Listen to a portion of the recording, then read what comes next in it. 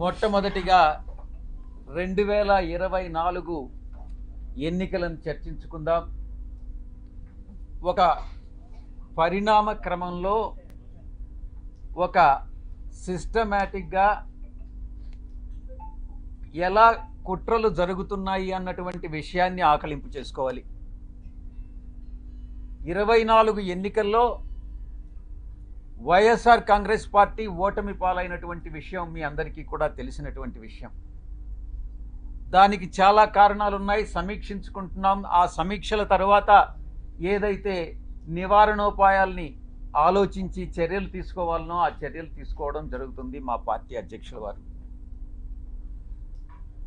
ఎన్నికల రిజల్ట్ వచ్చిన తర్వాత, కొత్త ప్రభుత్వం పగ్గాలు చేపట్టిన తర్వాత ఏం జరుగుతుంది, మొట్టమొదటిగా ఏం జరిగింది అన్నటువంటిది అర్థం చేసుకోవాలి.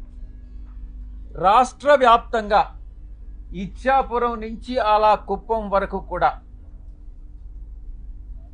175 స్థానాల్లో 11 స్థానాలు మేము సంపాదించుకున్నప్పటికీ, ఓటమి పాలైనప్పటికీ ప్రజల తీర్పుకి కట్టుబడి మేము అధికారాన్ని దిగిపోయాం. వచ్చినటువంటి కొత్త ప్రభుత్వం ఆ యొక్క పార్టీ యొక్క గూండాలు కానీ, రౌడీ ఎలిమెంట్స్ కానీ, ఆ పార్టీ యొక్క కార్యకర్తలు కానీ ఎలా దౌర్జన్యాలు చేస్తూ ప్రతి ఒక్కరిని, వైఎస్ఆర్ కాంగ్రెస్ పార్టీకి సపోర్ట్ చేసినటువంటి ప్రతి ఒక్కరిని ఇబ్బందులకు గురి చేస్తూ, తీవ్రంగా కొడుతూ, కుటుంబాలను నాశనం చేస్తూ, రేపులు చేస్తూ, ఈ రకమైనటువంటి అకృత్యాలకి చట్టం అనే దాన్ని పరిగణలోకి తీసుకోకుండా పోలీసులు ఏం చేస్తారులే, మాకు అధికార పార్టీ యొక్క సపోర్ట్ ఉంది అన్నటువంటి ఒకే ఒక కారణంతో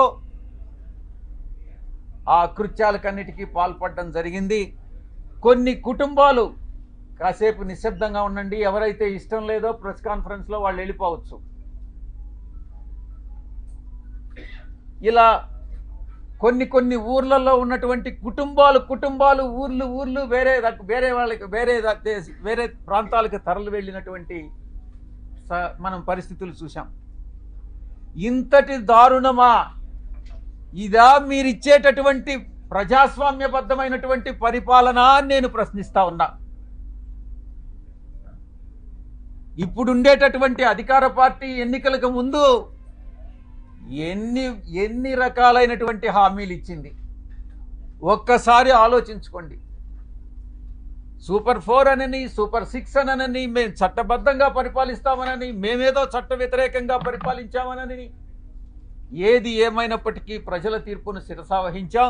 ప్రజలందరూ కూడా గమనిస్తూ ఉన్నారు. తప్పకుండా ఈరోజు ఈ యొక్క పరిపాలన, ఈ ఒక్క నెల రోజుల్లోనే ఈ యొక్క ప్రభుత్వం చేస్తున్నటువంటి రాక్షస పాలన ప్రజలందరూ కూడా గమనిస్తూ ఉన్నారు. తప్పకుండా ఇది పతనానికి, ఈ యొక్క ప్రభుత్వ పతనానికి నాంది పలుకుతా ఉన్నారు. వాళ్ళే నాంది పలుకుతున్నారు అన్నటువంటి విషయంలో సందేహమే లేదు. ఇక రెండవ అంశం, ఎవరైతే నాయకులు ఉన్నారో వైఎస్ఆర్ కాంగ్రెస్ పార్టీ నాయకులు, వాళ్ళందరి మీద బురద చల్లడం. ఆ బురద చల్లడంలో కూడా ఒక క్రమంలో, ఒక క్రమబద్ధంగా, అన్ని వాళ్లకు ఉన్నటువంటి వసతులన్నిటినీ ఉపయోగించుకొని బురద చల్లేటటువంటి కార్యక్రమం, ఆరోపణలు, నిరాధారమైనటువంటి ఆరోపణలు చేసేటటువంటి కార్యక్రమం చేపడతా ఉన్నారు. ఇదంతా పద్ధతి ప్రకారమే జరుగుతూ ఉంది. నేను ఒక్కటే చెప్తా ఉన్నా, ఎవరైతే ఈ నిరాధారమైన ఆరోపణలు చేశారో, ఎవరైతే నా పేరు ప్రతిష్టలు దెబ్బతీసేదానికి ప్రయత్నించారో, వాళ్ళు ఎంత పెద్దవాళ్ళైనా, ఏ పార్టీకి చెందినటువంటి వాళ్ళైనా, అది మా పార్టీలో వాళ్ళైనా కావచ్చు, అధికార పార్టీకి సంబంధించినటువంటి వాళ్ళైనా కావచ్చు, వదిలే ప్రసక్తే లేదు అని నేను ఘంటాపదంగా చెప్తా ఉన్నా. ఇక ఎవరైతే ఈరోజు ఇంకొక విషయం కూడా చెప్పాలి మీకు.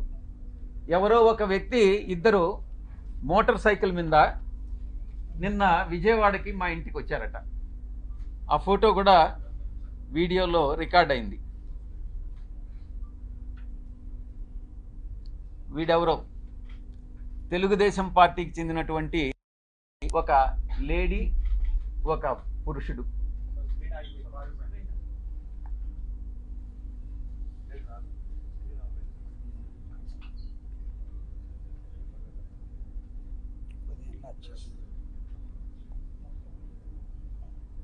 వీళ్ళు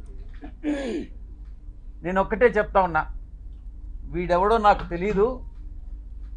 వాడు ధైర్యంగా వచ్చి విజయసాయిరెడ్డి వాడు ఉండాడా ఇక్కడ, పారిపోయాడా అని అన్నాడంట. ఎక్కడికి పారిపోయాడు అని అన్నాడంట. వాడెవడో నాకు తెలీదు. వీడు డెఫినెట్గా తెలుగుదేశం గుండా అయి ఉంటాడు. ఆ గుండా వెనుక ఒక అమ్మాయిని కూడా తీసుకొచ్చాడు. నేను ఒక్కటే చెప్తా ఉన్నా, ఎవరైనా కూడా, నేను ఈరోజు ఇక్కడ వచ్చాను, నాకేం సెక్యూరిటీ లేదే, ఏ ఒక్క పోలీసు నా దగ్గరికి రాలేదే, నాకు పర్సనల్ సెక్యూరిటీ కూడా లేదే, నేను ధైర్యంగా వచ్చా. వీడెవడో టైం చెప్పి నువ్వు ఫలాని దగ్గరికి రా అని చెప్తే ధైర్యంగా నేను ఒక్కడనే వెళ్తా. ఈ రకంగా ఏదో వచ్చి నేను భయపెట్టేస్తాను, నేను కొట్టేస్తాను, చంపేస్తాను అని ఈ రకంగా భయపెడితే తాటాకు చప్పుళ్ళకు భయపడేటటువంటి వాడిని కాదు అని నేను చెప్తా ఉన్నా. పత్రికాముఖంగా చెప్తా ఉన్నా, వీడికే చెప్తా ఉన్నా. నువ్వు టైం చెప్పరా, నేను వస్తా, లేదా నువ్వు మా ఇంటికి వచ్చి వాడు విజయసాయిరెడ్డి గారు ఎక్కడ అన్నావు కదా, నువ్వే చెప్పు, మీ ఇంటి అడ్రస్ చెప్పు, నేను వస్తా, చూసుకుందామని అన్నటువంటి విషయాన్ని నేను చెప్తా ఉన్నాను. నేను దీన్ని బట్టి ఒకటే అర్థం చేసుకోవాలి, ఏ ప్రభుత్వం అధికారంలో ఉన్నా,